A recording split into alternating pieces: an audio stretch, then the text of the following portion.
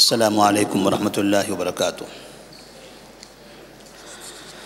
الحمد للہ رب العالمین والصلاة والسلام علی رسولہ الامین وعلی آلہ وصحبہ اجمعین ومن تبعہم بإحسان الی یوم الدین، اما بعد فاعوذ باللہ من الشیطان الرجیم، بسم اللہ الرحمن الرحیم۔ سبحان الذی اسری بعبدہ لیلا من المسجد الحرام الی المسجد الاقصی الذی بارکنا حولہ لنریہ من آیاتنا انہ هو السمیع البصیر۔ سیرت النبی صلی اللہ علیہ وسلم کے اس سلسلے میں آج ہمارے درس کا عنوان ہے اسراء اور معراج۔ اللہ تبارک و تعالیٰ نے نبی کریم صلی اللہ علیہ وسلم کی تسلی کے لیے، آپ کو ہمت دینے کے لیے ایک ایسا طریقہ اپنایا جو طریقہ حقیقت میں نبی کریم صلی اللہ علیہ وسلم کے لیے ایک معجزہ بن گیا، جس میں اللہ کا ایک پیغام بھی تھا، اللہ تبارک و تعالیٰ کی جانب سے بندوں کے لیے ایک بڑی عبادت کا نزول بھی تھا، اور ساتھ ہی نبی کریم صلی اللہ علیہ وسلم کے مقام، آپ کے مرتبے کو عظیم الشان بنانا بھی تھا۔ نبی صلی اللہ علیہ وسلم مکہ مکرمہ میں کفار مکہ کو دعوت دیتے تھے۔ کفار مکہ نے کئی طرح سے تکلیفیں دی، یہاں تک کہ 3 سال تک بائیکاٹ کی سزا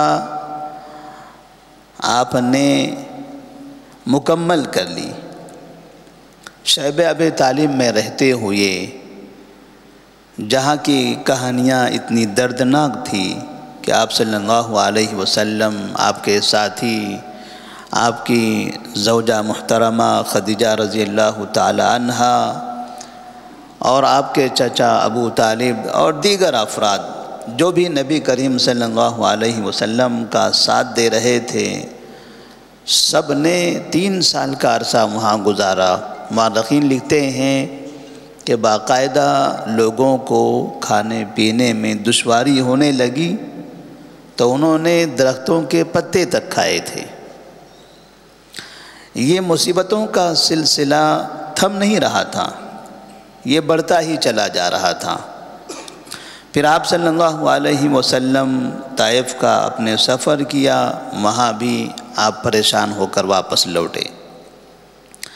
پھر اللہ تبارک و تعالیٰ نے گویا نبی کریم صلی اللہ علیہ وسلم کو یہ پیغام دے دیا کہ اے محمد، اگر دنیا کی زمین آپ کے لیے تنگ کر دی گئی ہے تو آپ کو گھبرانے کی ضرورت نہیں ہے، آسمان کے سارے دروازے آپ کے لیے کھلے ہیں۔ اگر میرے بندے آپ کو نہیں مانتے ہیں تو آپ کو پریشان ہونے کی ضرورت نہیں ہے۔ ان سب بندوں کا خالق آپ کو بلند مقام تک پہنچانا چاہتا ہے، آپ کو اپنے قریب کرنا چاہتا ہے، تاکہ دنیا والوں کو پتہ چلے کہ سید المرسلین صلی اللہ علیہ وسلم کا کیا مقام ہے۔ آپ صلی اللہ علیہ وسلم مکہ مکرمہ سے بیت المقدس جاتے ہیں، اس کو اسراء کہا جاتا ہے، اور بیت المقدس سے آپ 7ویں آسمان پر جاتے ہیں، اس کو معراج کہا جاتا ہے۔ یہ واقعہ رات میں ہوا تھا، اسراء بھی رات میں ہوا اور معراج بھی رات میں۔ اسراء اور معراج، مکہ سے بیت المقدس چلے گئے، یہ اسراء ہو گئی۔ بیت المقدس سے آپ 7ویں آسمان پر گئے، یہ معراج ہوئی۔ اور یہ دونوں سفر، یعنی ایک جگہ سے دوسری جگہ کا سفر یہ بھی ایک ہی رات میں، اور دنیا سے آسمان کا سفر، زمین سے آسمان کا سفر یہ بھی اسی رات میں. یعنی ایک ہی رات میں آپ صلی اللہ علیہ وسلم بیت المقدس جاتے ہیں، پھر آسمان پر جاتے ہیں، اور پھر اسی رات میں صبح ہونے سے پہلے پہلے آپ مکہ مکرمہ واپس پہنچ جاتے ہیں. جب لوگوں نے آنکھیں بند کی تب آپ آسمان پر چلے گئے، اور لوگوں کی آنکھیں کھلیں اس سے پہلے آپ مکہ میں پہنچ گئے. یہ کیسے ممکن ہوا یہ اللہ رب العالمین جانتا ہے. یہ کسی انسان کی سوچ کی بس کی بھی بات نہیں ہے. انسان کے جانے کی بات تو بہت دور ہے، انسان اتنا سوچ سکے یہ بھی ممکن نہیں ہے. اللہ تبارک و تعالیٰ ساری کائنات کا خالق ہے، اس کے لیے کوئی مشکل نہیں ہے. کن فیکون سے ساری کائنات وہ بنا سکتا ہے. نبی کریم صلی اللہ علیہ وسلم مکہ میں تھے. جبرائیل علیہ السلام براق سواری لے کر وہاں پہنچے. نبی صلی اللہ علیہ وسلم کو براق سواری پر سوار کیا گیا، اور وہاں سے تیز رفتاری کے ساتھ بیت المقدس لے جایا گیا. مکہ سے بیت المقدس کا ایک طویل سفر ہے. اس میں بیت المقدس لے جانے کی کیا ضرورت تھی؟ اللہ تبارک و تعالیٰ تو نبی کو آسمان پر بلانا چاہتا تھا، لیکن اس کے لیے کیا مکہ سے آسمان کے دروازے کھلے نہیں ہیں؟ کیا آسمان پر جانے کے لیے باقاعدہ وایا بیت المقدس کا راستہ ہے؟ مکہ کے اوپر سے کوئی راستہ نہیں ہے ساتویں آسمان کا. یہ اللہ بہتر جانتا ہے. اللہ تبارک و تعالیٰ نے بیت المقدس کا جو سفر کرایا وہ بیت المقدس کی اہمیت کی بنا پر. بیت المقدس اللہ تبارک و تعالیٰ کا جو گھر ہے، جس گھر کے بارے میں نبی کریم صلی اللہ علیہ وسلم اس کی فضیلت بیان کرتے ہوئے فرماتے ہیں: لا تشد الرحال الا الى ثلاثة مساجد، مسجد الحرام ومسجد هذا والمسجد الاقصی. کسی بھی گھر کی طرف، کسی بھی جگہ کی طرف خاص طور پر سفر نہیں کیا جا سکتا سوائے ان تین مساجد کے: مسجد حرام، مسجد نبوی اور مسجد اقصی. نبی کریم صلی اللہ علیہ وسلم نے اس ایک حدیث میں تین مساجد کا ذکر فرمایا. اس طرح سے نبی کریم صلی اللہ علیہ وسلم کے اس اسراء اور معراج کے واقعے میں بیت المقدس کا داخل ہو جانا یہ بیت المقدس کی اہمیت کو بتانا تھا. اور قرآن میں اللہ نے فرمایا: سبحان الذی اسری بعبدہ لیلا من المسجد الحرام الى المسجد الاقصی الذی بارکنا حولہ لنریہ من آیاتنا انہ هو السمیع البصیر. مکہ سے بیت المقدس لے جایا گیا. بیت المقدس میں کیا ہے؟ وہاں پر الذی بارکنا حولہ، اللہ فرماتے ہم نے اس کے اطراف میں برکتیں نازل فرمائی ہیں، وہ برکت والی جگہ ہیں. اور کیوں یہ سفر کیا کرایا گیا؟ لِنُرِيَهُ مِنْ آیاتنا، تاکہ ہم نبی کریم صلی اللہ علیہ وسلم کو ہماری نشانیاں دکھائیں، عجیب عجیب چیزیں دکھائیں.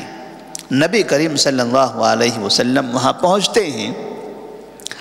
وہاں براق سواری دروازے پر باندھی جاتی ہے، اور آپ تمام انبیاء کی امامت فرماتے ہیں. تمام انبیاء کا تو انتقال ہو چکا تھا. پھر یہ کیسے ہوا یہ اللہ ہی بہتر جانتا ہے. نبی نے ہم سے کہا، ہم نے مان لیا. اس لیے اللہ فرماتے ہیں: ما آتاکم الرسول فخذوا وما نہاکم عنہ فانتہوا. رسول تمہیں جو دیں اسے لے لو، جس سے منع کریں اس سے رک جاؤ. اس سے ایک چیز تو یہ سمجھ میں آتی ہے کہ انسان مرنے کے بعد مکمل ختم نہیں ہو جاتا ہے. انسان کو مرنے کے بعد اٹھایا بھی جاتا ہے. انسان کو باقاعدہ اس کی قیامت کی طرف اشارہ کر دیا گیا ہے کہ جیسے انبیاء علیہم السلام کا انتقال ہو چکا تھا، پھر بھی اللہ تبارک و تعالیٰ نے ان کو وہاں جمع کیا۔ جب انبیاء کو دوبارہ اٹھا کر جمع کر سکتا ہے، اس کا مطلب یہ ہے کہ دوسرے انسان، تمام انسان، انہیں بھی باقاعدہ قبروں سے اٹھایا جائے گا اور انہیں بھی حشر کے میدان میں جمع کیا جائے گا۔ آپ نے وہاں انبیاء کی امامت فرمائی، اسی لیے آپ کو امام الانبیاء کہا جاتا ہے، انبیاء کے امام۔ نبی کریم صلی اللہ علیہ وسلم کا یہ جو سفر تھا، یہ سفر حقیقت میں معراج کے واقعے کی تصدیق کے لیے تھا۔ آپ مکہ سے آسمان پر چلے جاتے اور صبح ہونے سے پہلے مکہ میں پہنچ جاتے، مکہ والے یقین کرتے؟ کیسے آپ بتاتے مکہ والوں کو کہ میں آسمان پر گیا تھا، واپس آ گیا؟ یقین جو باتیں پہلے سے کہی جاتی تھی اس پر ہی وہ ایمان نہیں لاتے تھے، جو قرآن نبی پیش کرتے تھے اس کو ہی وہ نہیں مانتے تھے۔ اب آسمان پر گئے، واپس آ گئے، یہ تو اور یقین نہ کریں۔ تب یقین کرنے کے لیے کون سا راستہ تھا؟ وہ راستہ اسراء کا تھا، بیت المقدس کا تھا۔ جب کفار مکہ نے انکار کیا یہ کیسے ہو سکتا ہے، تب اللہ تبارک و تعالیٰ نے باقاعدہ نبی کریم صلی اللہ علیہ وسلم کی سچائی کا اظہار کرنے کے لیے قوم کے سامنے کہا کہ ٹھیک ہے، چلیے میں بیت المقدس جا کر آیا ہوں، آپ میں سے کتنے لوگ گئے ہوں گے؟ چلیے پوچھئے مجھ سے وہاں کے بارے میں نے سفر میں یہ اور یہ دیکھا ہے۔ آپ کوئی بھی سوال کرنا چاہتے ہو، آپ یہاں سے وہاں کا سفر کرتے رہے ہو تجارت کے لیے، کوئی نہ کوئی جگہ تو آپ کو یاد ہوگی۔ میں نے تو کبھی زندگی میں سفر نہیں کیا ہے، میری زندگی آپ کی آنکھوں کے سامنے ہے، آپ جانتے ہیں میں نے کبھی وہاں کا سفر نہیں کیا۔ جب وہاں کا سفر نہیں کیا تو میں وہاں کے بارے میں کیا جانوں گا؟ آپ نے کیا ہے، آپ جانتے ہیں۔ چلیے کون سی باتیں آپ پوچھنا چاہتے ہو پوچھو، میں آپ کو بتا دیتا ہوں۔ نبی کریم صلی اللہ علیہ وسلم سے پوچھا گیا، آپ نے وہاں کی حالتیں بتائی۔ یہ حقیقت میں بتانا یہ تھا کہ یہ کیسے ممکن ہوا کہ ایک رات میں آپ پہنچ بھی گئے، واپس بھی آ گئے۔ تو جس طرح سے یہ ممکن ہے ویسے یہ بھی ممکن ہے۔ اللہ تبارک و تعالیٰ کے لیے کوئی چیز ناممکن نہیں ہے۔ نبی کریم صلی اللہ علیہ وسلم پھر مسجد اقصیٰ سے آسمان کی طرف نکلتے ہیں جبرائیل علیہ السلام کے ساتھ۔ پہلے آسمان پر پہنچتے ہیں، آسمان کا دروازہ بند ہے، آسمان میں باقاعدہ دروازے ہیں۔ جب جبرائیل علیہ السلام نبی کریم صلی اللہ علیہ وسلم کو لے کر اوپر جاتے ہیں تو السلام علیکم سلام کیا جاتا ہے۔ آسمان کے اوپر سے آواز آتی، وعلیکم السلام، کون ہے؟ کہا میں جبرائیل ہوں۔ آپ کے ساتھ کون ہے؟ کہا محمد صلی اللہ علیہ وسلم۔ جبرائیل علیہ السلام کہتے ہیں دروازہ کھولیے۔ دروازہ کھولا جاتا ہے اور پھر یہ دونوں اوپر کی طرف جاتے ہیں۔ پہلے دروازے میں ایسے ہی ہوا، پہلے آسمان پر ایسے ہی ہوا، اور وہاں پر آدم علیہ السلام موجود تھے۔ اب آپ دیکھیے انبیاء کی امامت کی، تمام انبیاء مسجد اقصیٰ میں بیت المقدس میں موجود تھے، اور پھر آپ جبرائیل علیہ السلام کے ساتھ آسمان پر جا رہے ہیں، وہاں آدم علیہ السلام موجود ہیں، آپ سے پہلے وہاں موجود ہیں۔ ابھی تو آپ نے ان کو نماز پڑھائی تھی، اور جب آپ آسمان پر پہنچ رہے ہیں، پہلے آسمان پر پہنچے ہیں تو وہاں پر آدم علیہ السلام موجود ہیں، وہ بھی آسمان کے اوپر ہیں، انہی سے بات چیت ہو رہی ہے۔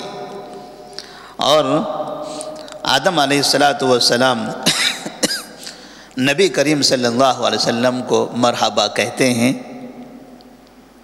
انہیں خوشخبری دیتے ہیں، استقبال کرتے ہیں، ان کی نبوت کا اقرار کرتے ہیں، اور پھر وہاں سے دوسرے آسمان کی طرف چلے جاتے ہیں۔ دوسرے آسمان پر بھی اسی طرح دروازہ کھولنے کا مطالبہ کیا جاتا ہے، دروازہ کھلتا ہے، وہاں پر یحییٰ اور عیسیٰ علیہ السلام موجود ہیں۔ وہ بھی نبی کریم صلی اللہ علیہ وسلم کو مرحبا کہتے ہیں، آپ کی نبوت کی تصدیق کرتے ہیں، پھر تیسرے آسمان کی طرف جاتے ہیں۔ تیسرے آسمان پر یوسف علیہ السلام سے ملاقات ہوتی ہے، چوتھے آسمان پر ادریس علیہ السلام سے ملاقات ہوتی ہے، پانچویں آسمان پر ہارون علیہ السلام سے ملاقات ہوتی ہے، چھٹے آسمان پر موسیٰ علیہ السلام سے ملاقات ہوتی ہے، اور ساتویں آسمان پر ابراہیم علیہ السلام سے۔ جب آپ چھٹے آسمان پر پہنچے ہیں تو موسیٰ علیہ السلام سے ملاقات کر کے آپ اوپر کی طرف جانے لگے، ساتویں آسمان کی طرف، تو موسیٰ علیہ السلام رونے لگے۔ نبی نے پوچھا کیا بات ہے، کیوں رو رہے ہو؟ ان سے پوچھا گیا کیوں رو رہے ہو؟ تو انہوں نے کہا یہ نوجوان، یہ نبی، آخری نبی، میرے بعد آنے والا نبی، میں ان سے بہت پہلے آیا تھا، مجھ پر ایمان لانے والے انتہائی کم، اور ان پر ایمان لانے والوں کی بڑی تعداد ہوگی۔ اپنی قوم پر گویا افسوس ہو رہا تھا کہ میری قوم نے مجھ پر زیادہ ایمان نہیں لایا، زیادہ اعتماد نہیں کیا، سرکش رہی، کفر میں ملوث رہے، لیکن اللہ تبارک و تعالیٰ نے اس کو اتنا کامیاب کر دیا، ان کی دعوت کو اتنا کامیاب کر دیا کہ ایک بڑی تعداد ان کی جنت میں داخل ہونے والی ہیں۔ یہ سمجھیے کہ یہ اپنی قوم پر غم کے آنسو اور نبی کریم صلی اللہ علیہ وسلم کی کامیابی پر خوشی کے آنسو۔ آپ صلی اللہ علیہ وسلم ساتویں آسمان پر گئے، ساتویں آسمان پر ابراہیم علیہ السلام سے ملاقات ہوئی، انہوں نے بھی مرحبا کہا، اور پھر جبرائیل علیہ السلام آپ کو اور ساتویں آسمان پر اونچائی کی طرف لے کر جاتے ہیں۔ اب کوئی اوپر آسمان نہیں ہے، لیکن پھر آپ کو ایک ایسی جگہ لے جایا گیا جس کو سدرۃ المنتہا کہا جاتا ہے، وہاں آپ پہنچے ہیں۔ پھر بیت معمور آپ کو دکھایا گیا، کچھ تفاصیر انشاءاللہ آئندہ کے درس میں بیان کی جائے گی۔ پھر اللہ تبارک و تعالیٰ سے آپ کی ملاقات ہوئی، اللہ تبارک و تعالیٰ نے آپ کو 50 نمازیں عطا فرمائی، 50 وقت کی نمازیں، دن بھر میں 24 گھنٹے میں 50 نمازیں۔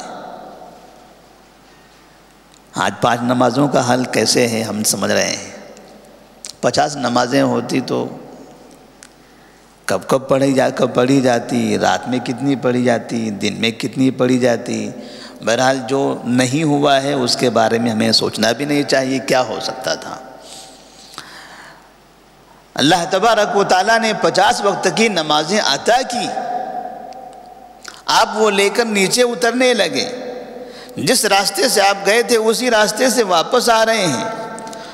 چھٹے آسمان پر موسیٰ علیہ السلام کے پاس پہنچے ہیں تو موسیٰ علیہ السلام نے پوچھا کیا پیغام لائے ہو اوپر سے؟ تو انہوں نے کہا ب50 صلاۃ، 50 وقت کی نمازیں۔ قال ان امتک لا تطیق ذلک،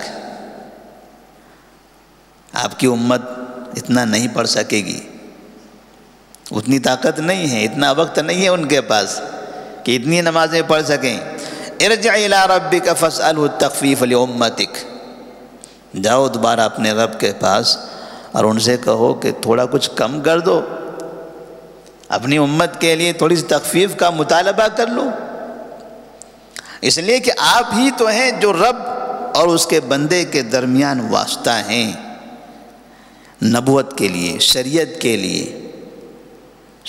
کے لیے، قوانین کے لیے، اللہ کا پیغام بندوں تک پہنچانے کے لیے واسطہ۔ اس اعتبار سے اللہ کا جو پیغام ہے بندوں تک پہنچانا ہے، یہ پیغام پہنچانے کے لیے آپ ہی واسطہ ہیں، آپ کے علاوہ کسی اور پر وحی نازل نہیں ہوتی، آپ پر ہی وحی نازل ہو رہی ہے اور ہونے والی ہے۔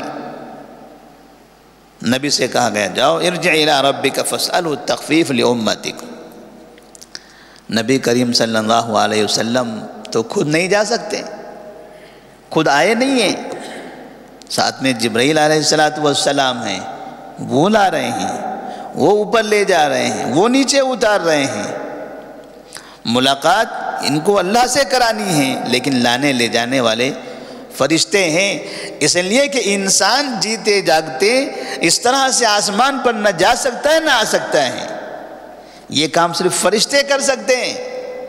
اسی لیے نبی صلی اللہ علیہ وسلم کو آسمان پر لے جانا تھا تو اللہ تبارک و تعالیٰ نے نبی کو پر دے دیا، آسمان پر بلا لیا نہیں، ساتھ میں جبرائیل علیہ السلام فرشتوں کے سردار کو بھیجا، کیونکہ فرشتے کے پاس یہ قوت موجود ہے کہ وہ اوپر بھی جاتے ہیں، نیچے بھی آتے ہیں، نیچے کے لوگوں کے اعمال نامے لے کر بھی جاتے ہیں، دفتر بھی لے کر اوپر جاتے ہیں اور پھر نیچے آتے ہیں، پلک جھپکنے میں آسمان پر چلے گئے پھر نیچے بھی اتر گئے، یہ تو ہم نے حدیث میں پڑھا ہے۔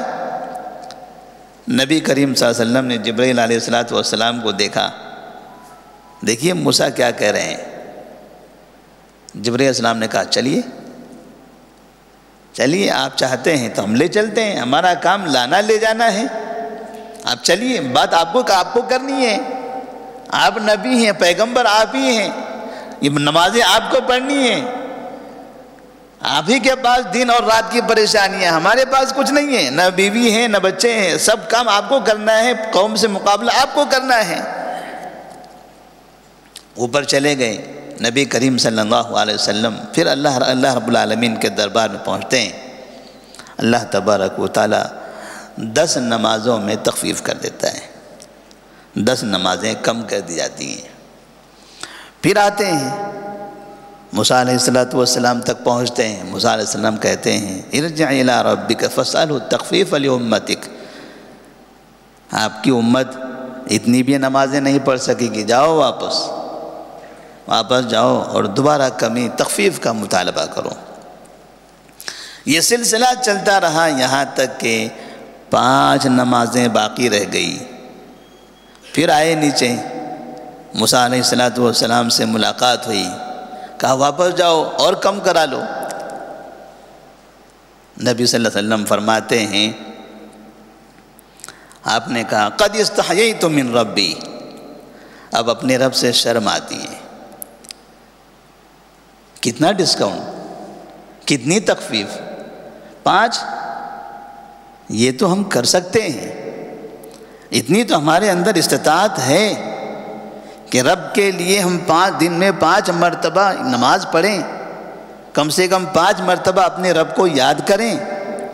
رب نے ہمیں زندگی دی ہے، صبح سے شام وہ ہمیں کھلاتا پلاتا ہے، اور ہم 5 مرتبہ بھی یاد نہ کر سکیں، تب اللہ کے بندے ہم کیسے رہیں گے؟ نبی کریم صلی اللہ علیہ وسلم نے فرمایا نہیں، اب مجھے شرم آتی ہے، اب ہم یہاں سے واپس اوپر نہیں جائیں گے۔ تب اللہ تبارک و تعالیٰ نے اعلان کروا دیا کہ اب یہ 5 وقت کی ہی نمازیں باقی رہے گی، اب یہی آپ پر فرض ہیں۔ نبی کریم صلی اللہ علیہ وسلم صبح ہونے سے پہلے زمین پر اترتے ہیں۔ مکہ میں کہتے ہیں ان لوگوں کو جو لوگ پہلے سے انکار کر رہے تھے کہ میں رات میں بیت المقدس گیا، پھر وہاں سے 7ویں آسمان پر گیا، اور پھر صبح ہونے سے پہلے زمین پر پہنچ گیا۔ لوگوں نے کہا محمد یہ کون سی بات ہے؟ ابھی تک تو کچھ ایسی باتیں تھیں جو عقل میں آتی تھی، اب تو پوری عقل سے باہر ہے، یہ کیسے ممکن ہوا؟ ہنسنے لگے، نبی کا مذاق اڑانے لگے۔ اور پھر ابوبکر صدیق رضی اللہ تعالیٰ عنہ کے پاس گئے، اے ابوبکر جانتے ہو تمہارا ساتھی کیا کہہ رہا ہے؟ کہا کیا کہہ رہے ہیں؟ کہا وہ کہہ رہے ہیں کہ ایک ہی رات میں بیت المقدس فلسطین گئے، پھر آسمان پر گئے، صبح ہونے سے پہلے زمین پر اتر گئے۔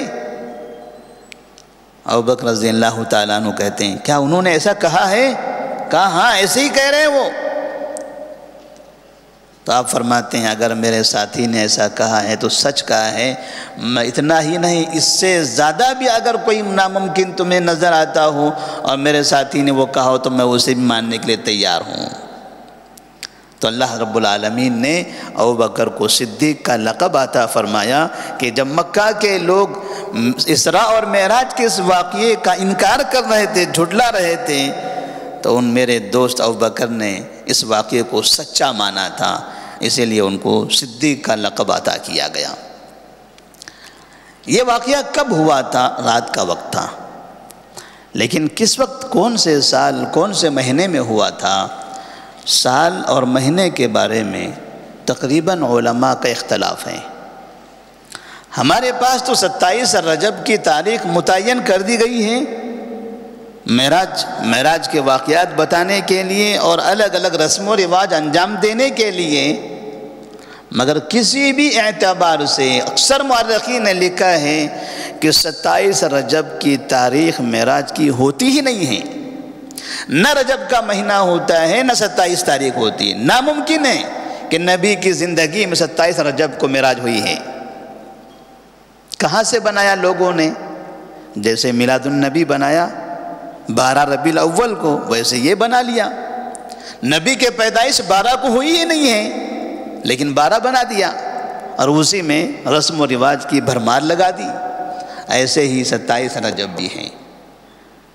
نبی کریم صلی اللہ علیہ وسلم کی بیوی خدیجہ رضی اللہ تعالی عنہ ماہ رمضان میں نبوت کے 10ویں سال انتقال کرتی ہیں، اور جو لوگ کہتے ہیں 27 رجب کو معراج ہوئی تو 27 رجب سن 10 نبوت کو، اس کا مطلب یہ ہوا کہ خدیجہ رضی اللہ تعالیٰ عنہ کے انتقال سے پہلے آپ صلی اللہ علیہ وسلم کو معراج ہوئی تھی۔